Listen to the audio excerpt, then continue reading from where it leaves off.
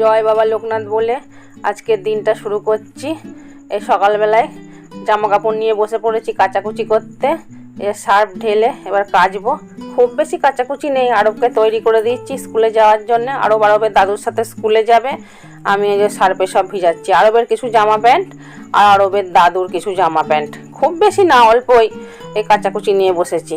আরবের দাদু স্কুলে নিয়ে চলে যাক, কেচে কুচে নিয়ে আমি আবার রান্নার ব্যবস্থা করব।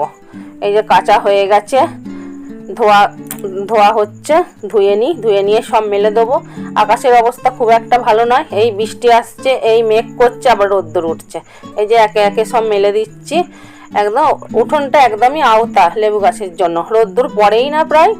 যাই হোক রোদ্দুর পড়েছে, আমরা বৃষ্টি যদি আসে তুলে রাখবো, ঘরে দিয়ে দেবো কি ওপর ঘরে দিয়ে দেবো। এই কটা এখন এখানেই মেলে দিই। বেশিরভাগ বাথরুমের ভেতরেই কাচাকুচি করা হয়। যে কাচাকুচি করে সবজি টবজি কেটে নিয়েছি। এই পটল আলু চিংড়ি মাছ দিয়ে করব, আর বেগুন আলু দিয়ে রুই মাছ করব, আর উচ্ছে আলু চচ্চড়ি করব। মশলা করব বলে সব রসুন আদা গুছিয়ে রেখেছি। এই যে মাছ ভাজা হচ্ছে, মাছগুলো একটু লাল লাল করে ভেজে নিই। যে মাছ ভাজা প্রায় হয়েই এসছে। এই যে মাছ ভাজা হয়ে গেছে, মাছগুলো ভেজে এবার রেখে দেবো। মাছগুলো ভেজে যে রেখে দেবো, রেখে দিয়ে তারপরে করব পটল চিংড়িটা করে নেবো। পটল চিংড়িটা করবো, পটলটা ভাজার জন্য দিয়ে দিয়েছি কড়াই, একটু লাল লাল করে ভেজে তুলে রাখবো। এই কড়াই সব দিয়ে দিলাম, দিয়ে একটু নেড়ে চেড়ে নিয়ে যে ভালো করে ভেজে তুলে রাখবো গামলায় তুলে রেখে আলুগুলো ভাজবো। এই যে আলু ভাজা হচ্ছে, আলুগুলো লাল লাল করে ভেজে দিয়ে দেবো তার মধ্যে চিংড়ি মাছ। এর প্রায় লাল লাল করে ভাজা হয়েছে, চিংড়ি মাছ দিচ্ছি। চিংড়ি মাছ আবার শুধু যে ভালো করে শক্ত করে ভাজবো, শাশুড়ি মা খেতে পারে না, দাঁত নেই, ওই জন্য আলুর সাথে দিয়ে হালকা করে ভেজে এর মধ্যে মশলা দিয়ে কষিয়ে নেবো। দিচ্ছি হলুদ লবণ আর একটু আদা জিরে রসুন আর সব দিয়ে পেস্ট করে নিয়েছি লঙ্কা দিয়ে, ওই মশলাই দিয়ে দিলাম। এবার দিয়ে দিলাম পটল, ভালো করে এবার একটু কষিয়ে নেবো। কষানো হচ্ছে, নেড়ে নেড়ে নেড়ে একদম শুকিয়ে ফেলে কষিয়ে তার মধ্যে দিয়ে দেবো একটু জল, দিয়ে ঢাকা দিয়ে দিলেই হয়ে যাবে পটল চিংড়ি। এই যে পটল চিংড়ি হয়ে গেছে। পটল চিংড়ি কালারটা বেশ সুন্দর এসছে, খেতেও আশা করি ভালোই হবে। যাই হোক এরপর করব মাছের আলু ভাজতে দিয়েছি। এই যে ভাজা হচ্ছে, একটু লাল লাল করে ভাজি আলুগুলো, ভেজে দিয়ে দেবো বেগুন। এই ভাজা হচ্ছে, আলুটা একটু বেশিক্ষণ কেটে রাখার জন্য একটু কালো কালো হয়ে গেছে, ধুয়েছি তাও একটু দাগ হয়ে গেছে। এই যে লাল লাল করে ভাজি দিয়ে দিলাম বেগুন দিয়ে এবার একটু নাড়াচাড়া করে নিই। নেড়ে একটু হালকা হালকা ভাজা হয়ে গেলে, এর মাছের ঝোলটা বেশি রিচ করব না, ওই একটু হালকা পাতলাই করবো। ওই লঙ্কা চিড়ে দিয়েছি, একটু লবণ হলুদ একটু জিরের গুঁড়ো একটু ধনের গুঁড়ো হালকা করে দিয়ে একটু জল দিয়ে একটু হালকা রান্নাই করব, যেহেতু পটল চিংড়িটা একটু রিচ হয়েছে। জল দিয়ে একটু ফুটবে, দিয়ে দিলাম মাছ, দিয়ে ঢাকা দিয়ে নামিয়ে নেবো। মাছের তরকারি রেডি হয়ে যাবে। মাছ আগের দিন এনে রেখেছিল, সেই মাছই রান্না হচ্ছে। রেডি হয়ে যাবে এখনই মাছ। এই যে রেডি হয়ে গেছে মাছের তরকারি। এরপর করব উচ্ছে আলু চচ্চড়ি। উচ্ছে আলু চচ্চড়ি করার ইচ্ছা ছিল না, উচ্ছেগুলো সব পেকে যাচ্ছে দেখে আমরা উচ্ছে আলু চচ্চড়ি করে নিই। উচ্ছে আলু চচ্চড়ি খেতে আমরা সবাই ভালোবাসি। এই যে উচ্ছে চচ্চড়ি রেডি হয়ে গেছে। এবার বিকেলে এক জায়গায় একটু যাওয়ার প্রোগ্রাম করেছি।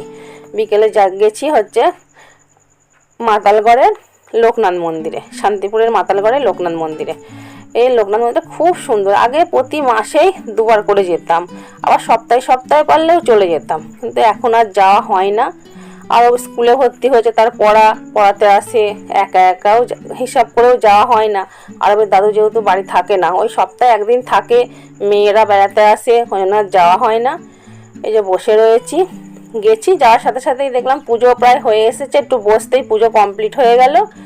তারপরে বসে থেকে তারপর দেখলাম প্রসাদ দিচ্ছে, সবাই মিলে আবার একটু প্রসাদ খেলাম। অনেক লোক হয়েছিল, সবাই নিল প্রসাদ পরমান্ন, সবাই অল্প অল্প করে সবাইকে দিল, খেলাম। খুবই সুন্দর, একটা শান্তির আলাদা জায়গা। এখানে গেলে মনে যে কি শান্তি, মানে বলে বোঝানো যায় না। বসে রয়েছি, বাড়ি আসতে ইচ্ছাই করছে না। বসে থেকে বললাম এবার তো বাড়ি যেতে হবে। বাড়ি যাওয়ার জন্য একটুখানি বসো, বললাম যেখানে এসছি 2-4টে ছবি টবি তুলে নিই, একটু ভিডিও করে নিই, করে এই যে আরব তো লাফালাফি করছে ছুটোছুটি, ওর তো খুব আনন্দ। আগেও মাঝে মধ্যে দাদার সাথে যেত, ওর বাবা মা এলেও মাঝে মধ্যে নিয়ে আসে। এরপর আবার বাড়ি আসার পালা।